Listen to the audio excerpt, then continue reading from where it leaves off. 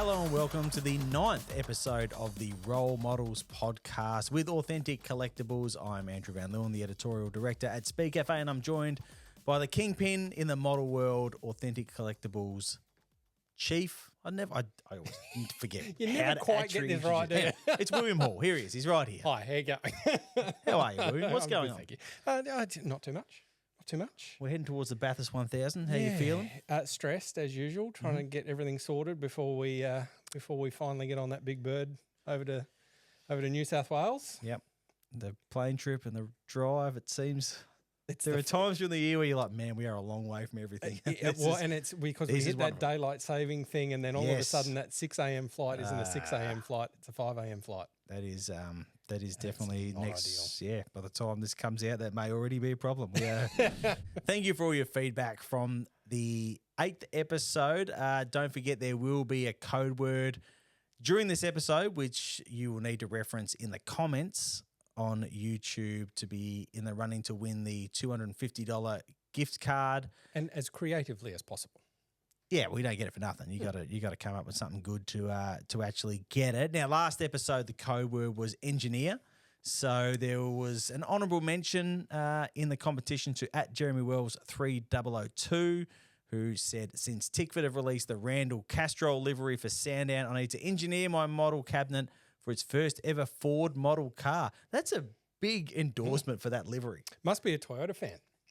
Well, if he wants the Castrol livery and he's willing to put a Ford in. Yeah, you're right. I'm going to guess he's probably a Holden fan or a GM fan, to be honest. So that's a huge, that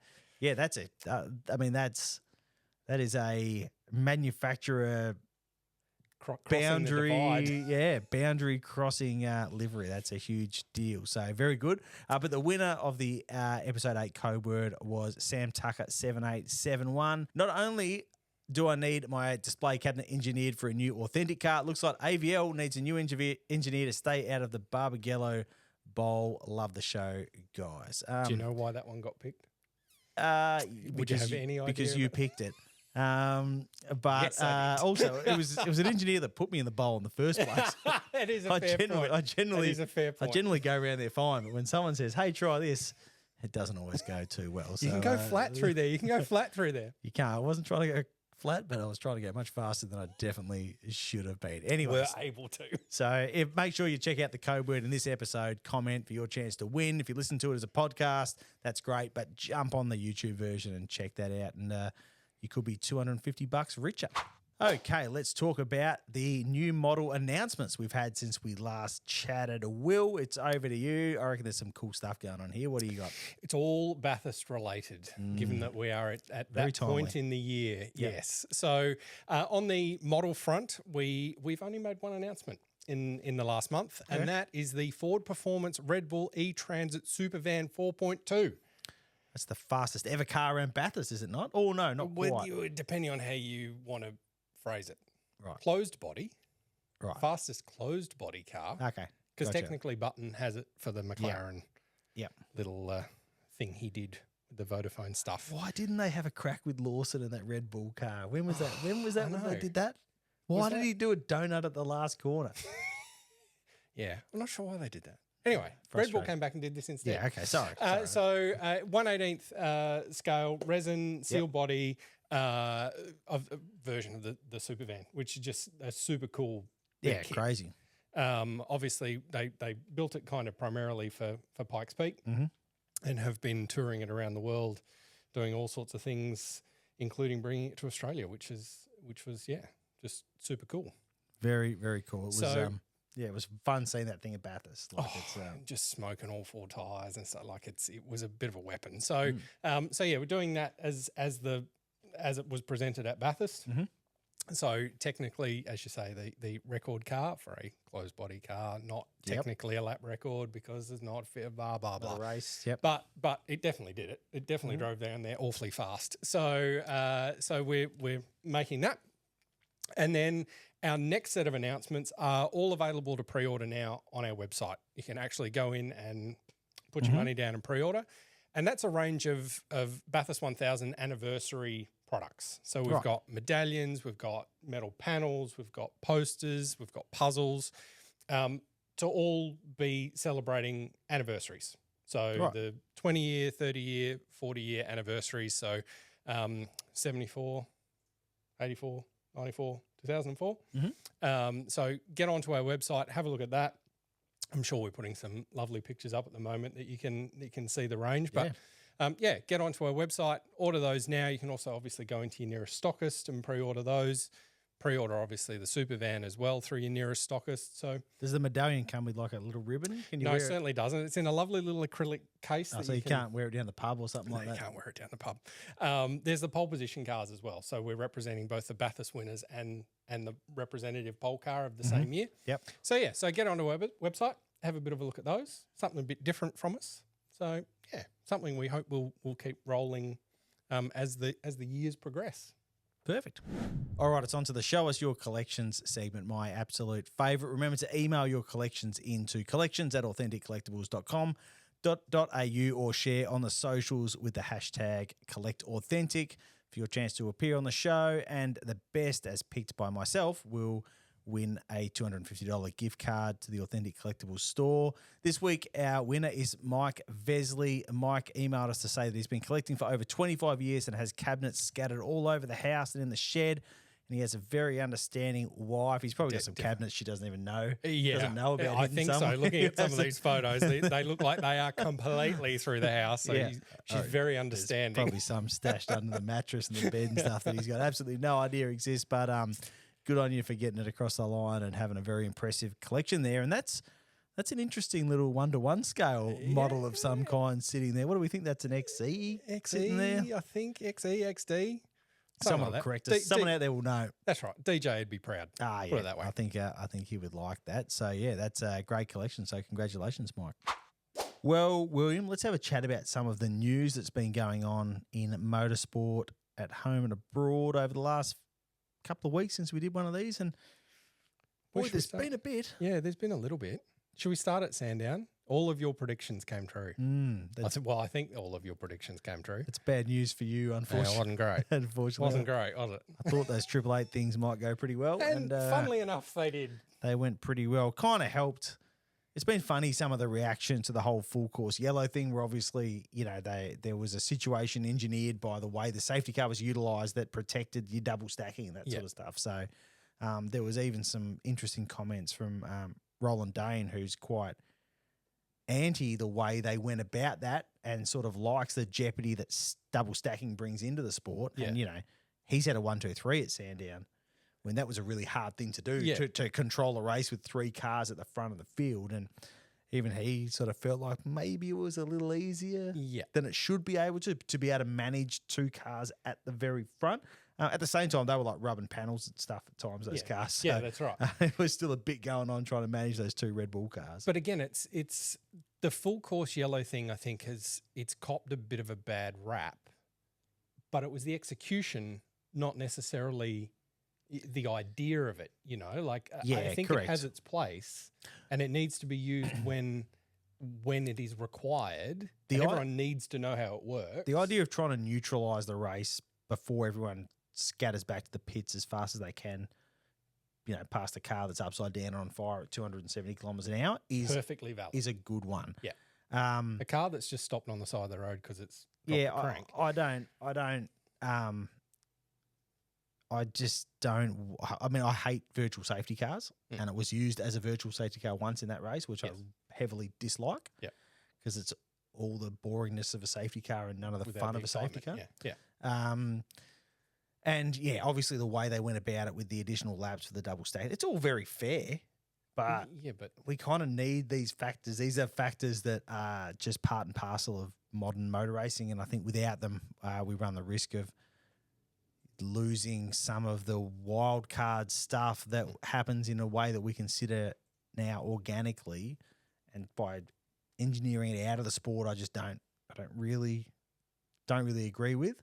They are changing the rules for Bathurst, so there will be no kind of, we have to do 2 laps to let everyone avoid the double stack and that, because man, that was gonna, if they'd done the Sandown rules for Bathurst, that was gonna add 20 minutes onto a safety car period. Yeah. Like it just was gonna be insane. So I mean, great if you needed to go and restock your stubby cooler or something. Well, excellent for that. Yeah, how many trips the fridge? I I'd have to do it 3 times. It's not, Become a long day, wouldn't it? I do one normal lap at Bathurst is how far away is your fridge from your couch? I'm not sure Foreman's buried enough beer at the top of the mountain to cope with that. That's unless your fridge can't be that far away. So yeah, I'm glad they've changed that. I could still go on about all this wave buy nonsense that I think is complete nonsense that we will see for Bathurst. But and again at Sandown, then we had also with the co-drivers not being allowed to start the race, or main game drivers having to start, which we'll have at Bathurst too. But at least you've got another few hours of race to kind of have it all. Kind of be a bit more jeopardized. Yeah, it's still complete rubbish, but kind of when you're in a race like Sandown, it took that element away, and then when you removed double stacking and had everyone just roll around, kind of doing nothing, it didn't help. No, but baby steps towards the right outcome, which is not having the 2 laps there. So I think that's right. And as I say, like the full course yellow gets a bad rap because of the way it was executed, not the reason it's there. Which, as you say, if there's a car upside down on fire and everything else, well, absolutely there. Yeah. You need to control that situation of everyone blazing by to get back to pit lane. Yeah, yeah. I still like the idea of more like at Le Mans where you have the sort of zones. Yeah. That makes more sense to me, but probably, again, a little harder to perhaps execute on a smaller circuit, shorter circuit, maybe. But I just think I just think we had a system that was kind of worked okay. But anyway, whatever. And again, double yellows. You see a double yellow, and women control it. Make sure people are it's abiding exactly by the right. rules. And double yellows are almost. I mean, yellow flags are almost a thing of the past from motorsport now, at every level, at club level. When was the last time in the Formula Ford you saw a yellow flag? Yeah, well, you don't. Exactly. It's just a safety car, which is meant when we don't have radios and no one has a clue what's going on at any moment. Yeah. But it's. I agree that should be reintroduced as a way to neutralise the race when there's stuff like that going on. Yep. And if you see a double wave yellow, that's what it's there for. Exactly. Be ready to stop effectively. Yeah. Made many Toyota models before? No. No, I'd like to make some more in the future, though. I reckon you might be. Yeah, how exciting. Yeah, it's awesome. It's for the series. Like, it is just amazing news. It is, yeah. Good news for Walkinshaws, good news for whoever Team 2 might be, which we got. I wonder who it might be. Got no idea who that might be. Makes a bit of logic, doesn't it? There's one that's got Toyota written down the side of it right now. I'm not meant to be talking about that, but it would make a fair bit of sense that's the way it may go. So, you might be doing, there's all this talk about they're going to have to go back to transient dynos and wind tunnels, and you'll be just there tooling up your little Supras. I'll be waiting until all of that is done, a bit like Gen 3, like the gestation of the original Gen 3. Mm-hmm. Seemed to take forever. Unless Toyota does dump the Supra in 2026, then you get to make a Supra and a Celica. No, we won't be doing that. like an S550 and an S650 Mustang. I don't think we'll go down that path again. Okay. I hope. It's more models. We can do it. It wouldn't be a problem. But let's hope more models to sell. But yes, obviously exciting news for supercars. Good for the future of the sport. By the time this comes out, we would have run a story on Speedcafe about how GM are very close to re-signing as a manufacturer and securing their future in the sport. So they're very much tooling change for me, no doubt. Not necessarily in the short term. They're very much of the same opinion as GM in the US has been, which is that regardless of the fact that the Camaro has been discontinued, it's the right body shape to be using as a racing car. And they're not really fussed about it. I think Toyota would have a different take on that as a high production, high volume manufacturer, but albeit the Supra is not at that end of their production necessarily. No, definitely not. And there hasn't actually been. There could well be that this is actually a sign of their commitment.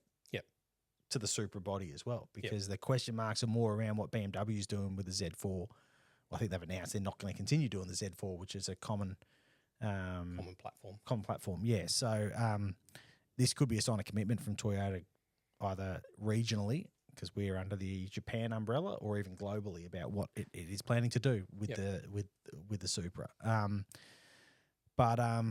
So we've got 3 manufacturers for foreseeable future, which is great for supercars, largely in that it's just de-risks so much in terms of it's just it just hands so much power back to supercars in terms of we've seen it happen in recent years. We've seen it happen in 2019 when there was all the drama around DJR Team Penske. We've seen it through the parity thing. Like, it's a powerful position for one of two manufacturers to be in when it comes to lobbying and doing all sorts of stuff. Yeah, well, even the series, Ford pulling the safety car and what have you, when clearly they were investing in the sport. Yeah. So that third manufacturer just eases the pressure in so many ways. Yeah, just a little for the bit category, of which is fundamentally great news for the sport, because we shouldn't have the manufacturers running the show either. Yeah, we absolutely shouldn't have that. That's not a positive thing. And it's just going to be exciting to get up to Bathurst, and they're going to, in theory, they're going to have the mock up there and what have you, and see it and start seeing the activation that I'm sure Toyota are going to do. Around it. It's just it's going to be great. Mm-hmm. Definitely, it's going to be great. Driver market feels like we're starting to reach some reasonably firm conclusions on who's going to be where supercars wise. You've certainly nailed your flag to the mast on that one. It looks like Richie at Premiere is good, done or very close to. Yeah, which is good if that's how that plays out. I think that would be great. Long maintained that Richie, in terms of ability, is. I don't reckon there's many guys in just pure outright natural talent. Are that far ahead of him, and perhaps there's an environment out there that's going to work for him. I mean, we know he goes well on a Triple Eight car, so I would feel that part of this, that if and when this does get confirmed that he is going to Premiere, that he'll be looking forward to getting back in a Triple Eight car and having access to Triple Eight data, and I think that will be a source of comfort for him, because he's a Bathurst winner in a Triple Eight car. And I just like what Peter's doing. Yep. I kind of like everything that he's doing up there. Even on the commercial side, there's been some changes there as well, which is only positive. Yep. So I like what they're doing. Oh, you've got some white Premier cars to make now as well. We've got some white Premier cars to announce as well, that probably get announced at the same time as we announce a certain Castrol livery as well. So you're going to prod them to do a bit of a Slady farewell livery for... we could definitely do that as well. Just might be just something we discuss once we get to Bathurst. Yeah. Gil Slade would buy. He'd buy a couple. He'd buy a few. He'd be good. He'd be good for a couple of them. So that's that'd be a cool thing to do. So that's little sign off car. That's where we're kind of heading on the driver market stuff. Slade's had an amazing career as well. I think it's worth mentioning as absolutely. well. Like he's to have sort of battled away in the sport for that long and been at that level for that long is fantastic, hugely impressive. And it's nice that he's kind of had the opportunity to go, you know what, I reckon I'm good here, full time wise. Who someone didn't kind of get the opportunity to do up in Singapore a couple of weeks ago. Yeah, that's right. That's a parallel that's been made a few times. There's the right way to do something and perhaps the wrong way of doing something. Right. So he's kind of had every opportunity that poor old Danny Rick hasn't quite had. But that's a whole other more cutthroat world up there. It's brutal. It's going to be interesting to see how the co-driver market for next year plays now, because there are a lot of very good blokes starting to float around that are not that long out of a full-time seat. That's right. That are going to need to find homes. Correct. And obviously probably the guy who sort of becomes central to the silly season now, what's left of it, is Frosty. And whether he still feels there's a full-time opportunity somewhere. Aubrey, I'm looking in your direction. There's certainly not many seats available potentially now. No, but it's a funny old thing, this sport. Something just has a habit of popping up somewhere. Contracts don't necessarily mean much anymore. Yeah. Again, back to what happened in Singapore. Yeah. So it's interesting to see. Obviously, if Frosty did go down the co-driver path, you'd think that he's the number one pick. But geez, you'd do worse than grabbing Slady. Yeah. Which surely there's a reunion with his mates in Stapleton on the yeah, cards there. potentially. Like, it's got to be. They need a driver. Yeah. And that's what's, I guess, every co-driver that comes on the market at the moment, Yeah. DJR becomes the first one they're pick. linked with because their current co-driver is Gunnar Groves. Yeah. So they need someone. So it makes sense. There is a vacant seat there. Yeah. I can't believe, like, we used to get to like June or July of the year that the Enduros were in, and we were kind of still discussing it. Now we're talking like before Bathurst has even been run. Yeah. And half the seats are kind of taken, with lots of blokes potentially on the market as well that are looking for a seat. Like, it's amazing how that dynamic has completely changed. Well, over the years. and you had Scott Pye linked to the Premier Drive, and that appears to have not be the case. So there was potentially a seat at Triple Eight going. Yeah. Which there now probably isn't, because I think Scott's already done enough to make it clear that he's worth hanging on to. Yeah. He's just won the Sandown 500. Yeah, so correct. so that's kind of changed that market a little bit, but you got to get on with it with these things as well. Oh, yeah. Like, you know, it's one of those things that you can't, it doesn't matter if you're a Slady or a Frosty or whatever, you can't go, oh, well, yeah, I'll sort it out and let's get into next year and see what pops up. Like, No, you got to get it done. the teams get this stuff done. And again, it can change. It can change the full time market too. Like with Richie, you know, wins Bathurst, and then all of a sudden he's got his seat back, or got a seat back. Yep. You know, there is still that option happening in the week. And if Richie had showed up in the co-driver market, he would have been absolutely right up there, because we know how good he is at Sandown. Obviously, didn't quite get a chance to show it in the race this year. No. But, you know, I can imagine a situation, particularly if the pressure's off a little bit for next year, where he could go to Bathurst, and particularly if there's a bit of moisture in the air. Oh, yeah, absolutely. Like, it really rattle some cages up there. And again, with Richie, you know, this being the first year back, and his previous outings as a full-time driver, the cars weren't necessarily the best things you were ever going to sit your bum in. Yep. He's got to Sandown, which is kind of the last time he drove a decent car. Yeah. Yeah. And has gone quite well. He's about to go to Bathurst, that he's had experience in at the beginning of the year, let alone the 1000 the year before. You know, Richie could perform very well this weekend next weekend. Yeah. And prove everyone a little wrong in his decision to be dropped. It's very easy to forget how little experience he has at most circuits. You're correct. Really, there's two, and this is sort of his third full-time year. And again, in hardware that was questionable, in team environments that were stressful and strained. You know, remember even the GRM year, like there was, that team was basically winding down for the year. You know, like they were out of the sport at the end of that year. Yeah. So, and the fourth car at Tickford's never really. That's right. Shone. Yep. I mean, they've literally moved away from that business model. Yeah, correct. So, so many question marks over all this stuff. And you sort of look, this year he's had a decent crack at it. Yeah. He's been with a good team. They're getting results. No question there. Yep. So suddenly he rocks up in Tassie or Perth or wherever next year with maybe just a bit better equipped to head into that weekend. Yep. Because again, we saw him go to Sandown and suddenly you're like, oh, the guy's competitive again. And again, he didn't do a lot before he went to Europe. He didn't do a lot at home.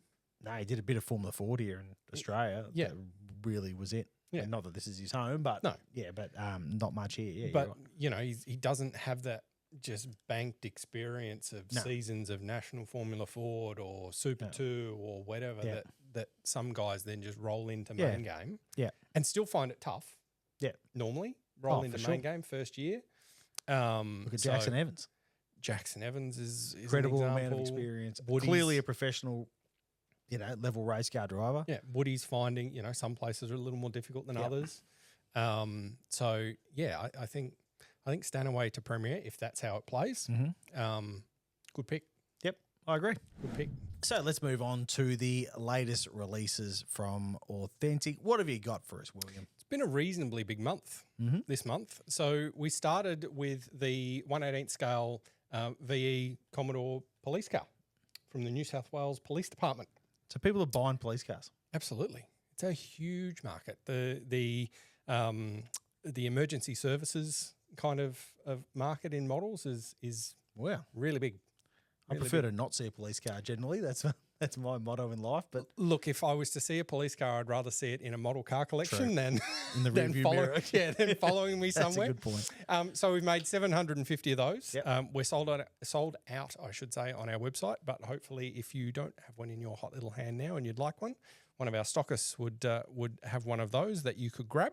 So do you have to go to the New South Wales Police and get? I mean, you have to go to a race team to get licensing and that sort of stuff. Yep. Manufacturers, It's no different. It's not necessarily a licensing thing in the traditional sense, but you do need to get permission to do it. And some jurisdictions will let us, and others won't. So it's a bit of a we're sort of we're learning about this as we go as well. Yeah. Do you just argue that you fork over enough money to the police Christmas fund every year? I don't from those personally. From those mobile speakers. I don't personally. I'm sure you do, but I don't. No, not at all. Does it count if our wives take the? No, no. Nothing like that. So then we go into supercar land in terms of releases. So a few more of our Mustang Gen 3 cars. Mm-hmm. So there was the Shell Anton Di Pasquale Tony D'Alberto car. Only made 240 of those. We had Todd Hazelwood's Cool Drive car in 1/18. That's hiding right behind your head there. I think we made 100 and someone's going to hit the button in a minute and I'll tell you exactly how many I made. Someone's going to hit the button in a second and tell me exactly a little bit more, just 120 of those. I was right with the 100. So not too many of those made.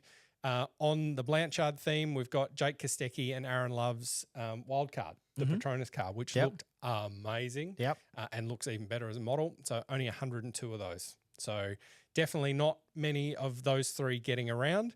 And again, sold out on our website, but hopefully, fingers crossed, you can find one at a nearest stockist, although with those numbers, you might not be in that much luck. And then we go a bit old school. Yep. Given that ZBs are old school these days. Correct. So back to 2019, both the Erebus cars from Bathurst in 1/18th and 1/43rd. Again, really low numbers on these. We're sold out on the 1/18ths. We still have a few of the 1/43rds online, but only a couple. So if you haven't got your hands on those, do that.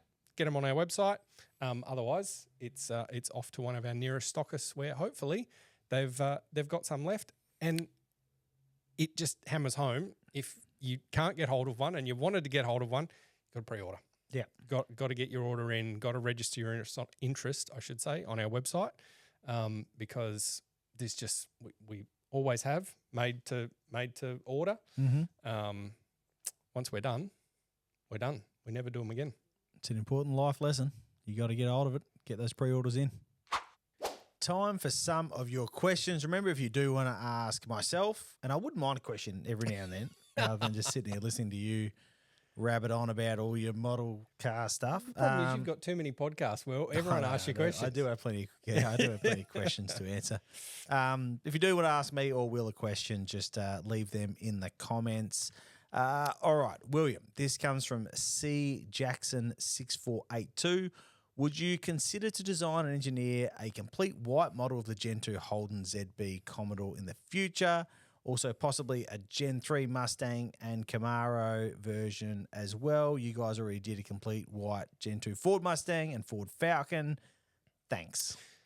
So I want to know, has he used the word engineer for the code word or was it to ask the question? Oh, either way, we've taken it from the question side. So yes is the short answer. Yep. So we'll have some ZBs shortly, I would have thought, in a couple of different colours. And then once we've kind of caught up a little bit more with the Gen 3 side of things, obviously just with tooling, we end up being that kind of 12 months behind and just have a little bit of catch up. Once we've done that, then absolutely we'll be getting into the plain body Gen 3 cars as well, particularly plain race cars. Plain cool. Black Mustang probably at that point. Yeah, don't you put any green stickers on that car. No, I won't put any green stickers on it. Don't you worry about that. Yeah, plain race cars do look cool. So that's always so we'll be doing that. Always a good one. Now, James Chapman 1072 asks AVL, does supercars need their own Drive to Survive series but edited by Netflix, not supercars? So it shows everything, not worrying who they'll offend. I mean, the short answer is yeah, that would be great. The long answer is who would actually pay for it, and that's kind of the biggest issue with Drive to Survive is that obviously it's been incredibly successful. It's an amazing product, but it is so expensive to produce, like insanely expensive. Now, it has a sort of following where it makes sense for Netflix to go out and make something like that, with some heavy support from Formula One as well. What it's kind of done is spoil the genre for almost everyone else. And not that Drive to Survive was the first of these kind of sport docu-series. You know, there was the, what was it, the Sunderland Till I Die was sort of quite early. That was a really, really good one. But it was certainly the first motorsport one. It just kind of reached an audience that others didn't. Yeah. Probably because it was, I think there were so many people that had no idea about Formula One and like, well, we'd kind of so come many out of aspects of it. that secretive kind of Bernie era where no one got paddock access. It was really tightly controlled. It was a very exclusive club. But it's made it so hard, particularly for motorsport, because, you know, MotoGP have tried, didn't really work. Supercars has tried a few times and none of it's really been overly successful. Has it stuck, has it? Probably the best one was the initial Erebus one, which kind of caused some headaches in terms of, you know, certain personnel on that team not being happy with how they were portrayed and that sort of stuff. So, and that kind of highlighted that it ended up being quite a long watch when you were just covering one team. Yeah. So it's, the genre is really hard to nail. That NASCAR one, brilliant. That was the first one since Drive to Survive that I watched and went, oh, this is real good. Yeah. This is real good. But that would have cost so much money, like so much money. So that's really like the bar, those series, like the obviously Drive to Survive and the NASCAR, but I forget what was it called, the NASCAR one? Oh, I can't remember. Anyway, both excellent, but both huge budgets. Yeah. So Netflix just wouldn't see the value in doing that with supercars. And even because there was an AFL one that Amazon did, but I think that only did one season. Yeah, and that's AFL. It's a harder genre to nail than you think, and it's you just got to get so much right with it, but you just have to spend so much money. Yeah, the production values have to be so high. So it'll probably, unfortunately, never happen to that level. There was, what was it, 2 years ago on the Gold Coast? They'd filmed a bunch of stuff at Bathurst 2 years ago where there was an independent kind of documentary maker that was having a crack at another supercars one. They filmed a bunch of stuff at Bathurst, filmed a bunch of sit-down interviews, but we've never seen any of it because, again, it just comes down to who's actually going to pay this, who's going to broadcast it, who's going to pay to broadcast it. Everyone wants to try and make money out of it. And it's sort of, you know, in supercars and at supercars level in the sporting genre of Australia, it's probably only going to be your broadcast partner. Yeah, that has any interest in trying to promote it. Yeah. But as like that's a really good point you just made about the fact that, you know, we've seen flops from AFL and this and that. And the AFL one was good. It's tough. Like, it's a tough thing to get right. It's not a failing on behalf of anyone, and it's not necessarily a reflection of the popularity of this or that. It's just, unless you spend so much money to make it so good that you just can't help but get pulled in by it. Yep. The bar's just been set so impossibly high. That's the issue. You know, it's everything gets benchmarked against Drive to Survive. We also have probably more access to supercars personalities in this country than maybe F1 or other sports do. You know, we have a lot of broadcast time for supercars. Yep. Really probably way too much than it necessarily deserves where it is in the pecking order of sport in this country. Yeah. They fill it with talking to everyone and finding out about these people. And, you know, we always talk about needing to sort of present the drivers a bit more and what have you, but we do. Yeah. It's more just they control what they say more than anything, and you don't get that rawness. But then to have another show and, you know, have potentially another hour-long show almost repeating what broadcast just did, you know, it'd just be a highlights package. Yep. So true. There's that as well. Yep. You know, F1, we get a lot of it because there are a lot of events. but you don't get that behind the scenes stuff, and F1 controls that too. Yeah. Because broadcast don't necessarily get the access that Netflix do, vice versa. It's it really does seem like it's a 2-tier kind of thing, and Sky often say, we're not allowed in there, kind of. But we saw Netflix cameras in there, kind of thing. So, but that doesn't happen here. And the Formula One paddock has become a place where a lot of, and Netflix has a lot of control, that a lot of things are, a lot of things happen because Netflix would like that to happen. Yeah, that doesn't mean creating that deals aren't necessarily done off the back of that. It's not like this driver's going to sign with this team because Netflix wants them to, but they might just happen to wander into that particular motorhome at the right time when the right camera's standing there. Yep. Even if they just walk in there, treat themselves to a sparkling water and turn around and walk out without saying a word to a single person, that happens. Yeah. That's a thing that definitely happens. Yeah. Absolutely. It's like all the secret, I think, was it like Toto giving George his drive, and it's like, we've captured this. It's like, well, they were both mic'd up. So it wasn't exactly off the cuff, was it? Yeah. So it's quite funny. But anyway, that's a very long-winded answer to your question, which is that, yes, we do need that. Will we ever see it? Unfortunately, probably not.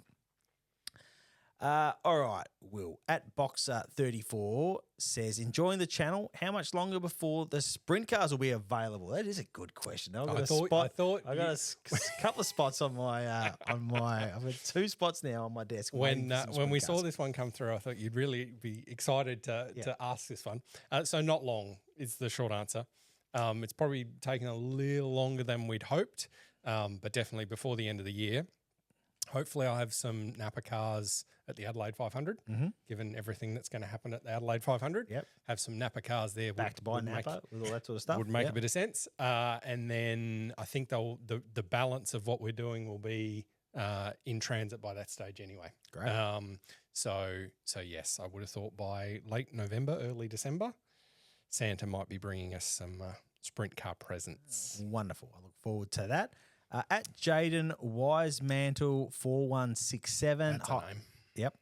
It's probably Wisemantel, Wiseman. I don't know. It doesn't matter. Hi, guys. Just a question. Is there any plans in doing any of this year's Super 2 cars? I've got a few WAU ZB main game cars, but would love to have Campbell Logan or Zach Bates WAU Super 2 car. Even Jack Perkins Mustang. Well, that is a beauty. Yes. Would be nice. What do you reckon? So again, short answer is always yes. Yeah. Long answer is it's always more complicated than that. Definitely a few Super 2 cars that are on our list that we just haven't kind of gotten around to yet. Kai's championship winner from last year, for instance, is well and truly on the list. Jack's cars, we've got a couple of the cars coming in the next sort of couple of months anyway. Yep. Not Mustang, Commodore side of things from a couple of years ago. But definitely to do the cherry ripe car, is high on the list as well. So yes, there will be some stuff. We just need to kind of get through some of the other stuff that we've got going on at the same time. It's always a hard thing to get everything scheduled, as it were. Here's a question for both of us, which I'll ask. Matthew Thompson, hey guys, love the brand and the podcast. Tick. Yep. William, how do you guys get around making models 2014 HRT that were licensed for the other model company at that time? Is there any plans for other HRT cars to be made in the future? Courtney's HSV Tribute from 2017 is one that comes to mind. We may as well start here. Start with that one. Yeah, start with that one. So I guess all of the deals that we do have timeframes on them. Of some description. So at some point it kind of becomes available that we can go back and make some stuff. HSV is a little bit or HRT HSV is a little bit different because it's kind of Holden, Walkinshaw's, like there's a bit of a grey area as to who owns what. But that's kind of, once a deal's done and a deal's expired, there's normally a period that you still sort of can't touch, but then they come back in kind of back on the radar, I guess, of things that just haven't been made or something in the past that we go back and look at. And the question to me was, do you think there would ever be it would be possible to have an Ingle style personality in this day and age? Asking your own questions now. Well, yeah. Yeah, nice work. I'm sick of listening to you talk. Clearly. I don't even like the sound of my I'll own open- voice, but open- I'll open my I've next beer. I've got to the point where I'm like, you know what, I'm doing it anyway.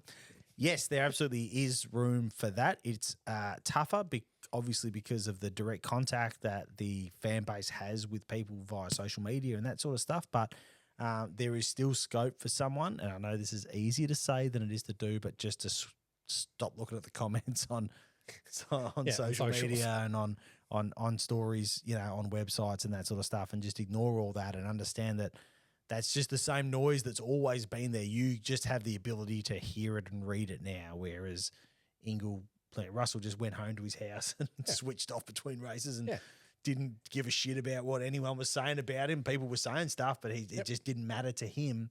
And there was no necessarily for a big part of his career, no temptation to just flick open social media and get a barrage of DMs or just look at comments on a story. But yes, there is scope for it to happen.